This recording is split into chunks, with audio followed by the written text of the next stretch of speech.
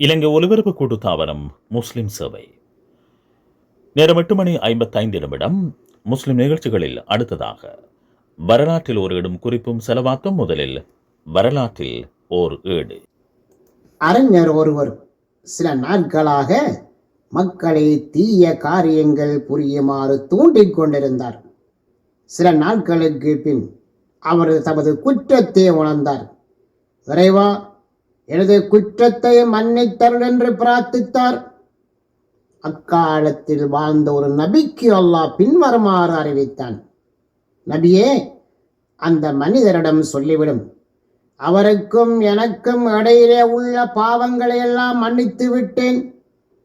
ஆனால் அவரால் வழிகெடுக்கப்பட்டவரின் நிலை என்ன?